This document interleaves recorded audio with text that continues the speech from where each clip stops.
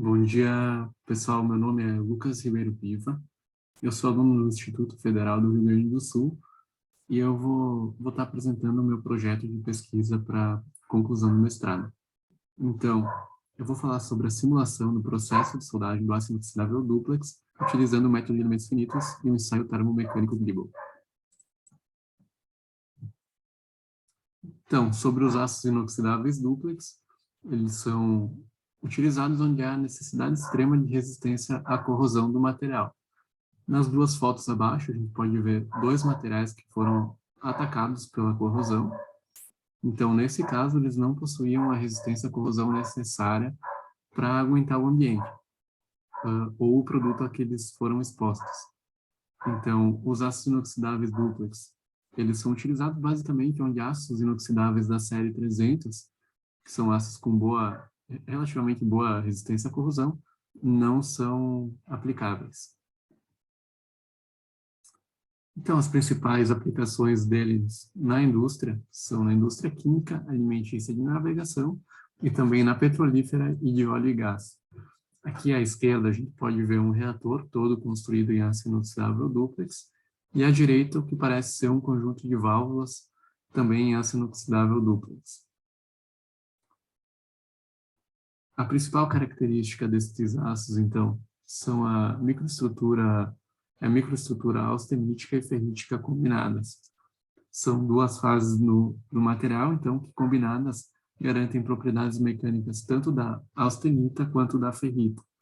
Então, isso confere ao material, normalmente, boa resistência mecânica, boa resistência à corrosão e boa soldabilidade, por exemplo.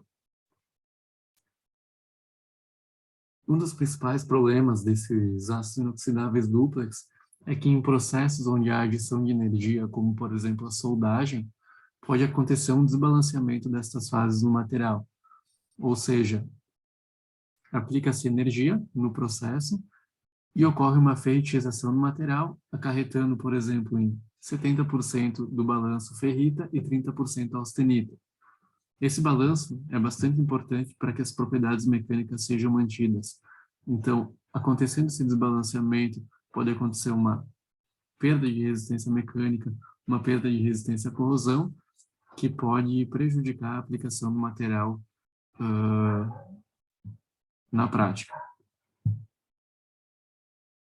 Então, falando sobre o método de elementos finitos, é um método de simulação computacional, onde se permite fazer uma simulação da aplicação do material ou do processo com os esforços da prática, e isso permite, por exemplo, redução de custos, redução de tempo.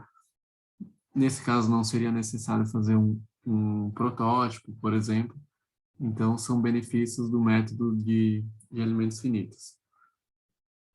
O ensaio termomecânico de Libel, como já diz o nome, é um ensaio que envolve temperatura e esforços.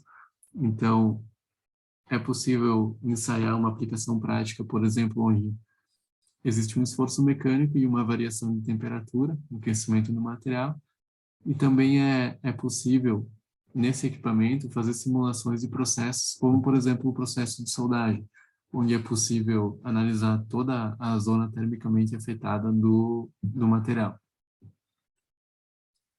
Então, o material a ser utilizado no meu trabalho, no projeto de pesquisa, é um aço inoxidável duplex UNS 32205, ou o nome comercial SAF 2205. É um aço que possui 22% de cromo e 5% de níquel, aproximadamente. Ele possui 3,16% de molibdênio, nesse caso. Então, é um elemento bastante importante para a resistência à corrosão por pits. Ele possui 0,16 de nitrogênio, também é um elemento importante para o processo de soldagem. Ele vai garantir que o processo de soldagem seja estável, que o gás se torne estável, e também que as fases fiquem estáveis. Então, é um elemento bastante importante para a estabilidade do material no processo de soldagem. E ele também tem 0,02% de carbono. E isso é bastante importante, porque tendo um carbono tão baixo, o material se torna imune ao processo de sensitização, por exemplo. Então, as amostras desse material vão ser preparadas. A intenção é que elas sejam lixadas e seja feita a limpeza correta do material para posterior soldagem pelo processo TIG.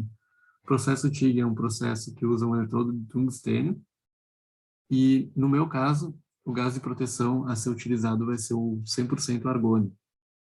Nesse processo de soldagem é bastante importante que tenha o controle de todos os parâmetros, sejam utilizados os parâmetros corretos para que não haja, como eu comentei anteriormente, o desbalanceamento do material.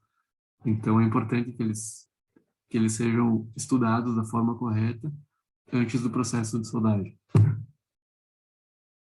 Então, durante esse processo vão ser coletados dados através de termopares, num sistema eletrônico, e esses dados vão ser tratados e utilizados nos ensaios posteriores. Então, no método de elementos finitos e também no ensaio Gibbel serão utilizados os dados aqui do teste prático.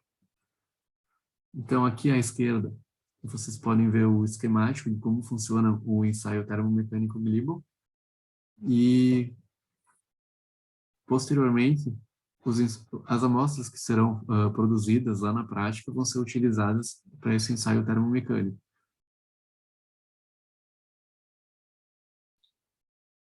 Aqui vocês podem ver um exemplo de uma peça simulada em elementos finitos. Então, é bastante importante que nesse processo seja utilizada uma malha correta, que a malha seja gerada da forma correta, que não ocasione, por exemplo, num processo tão longo de simulação, mas que também atenda à necessidade e o refino para que o processo de soldagem seja simulado. Então, é bastante importante que esse processo seja estudado da forma correta também para que sejam utilizados os parâmetros corretos para o processo de simulação. Então, depois do ensaio prático e do ensaio Gibbel, as amostras vão ser analisadas no microscópio eletrônico de varredura com EDS. Esse processo é bastante importante, então, para quantificar o percentual das fases. Então, aqui a gente vai verificar se o balanço foi atendido, ou se ocorreu, por exemplo, a ferritização do material. Então, após essa coleta de dados, os resultados vão ser tratados e a gente vai ser possível verificar se, por exemplo, utilizando um ensaio Gibbel e utilizando um método de elementos finitos, é possível realmente simular um processo de soldagem que ocorre na prática. Então, isso é bastante importante averiguar para aquilo que eu comentei de redução de custos, redução de tempo. Então, talvez utilizando esses dois processos em conjunto, não seja necessário fazer uma simulação prática para validar o material. Obrigado, pessoal.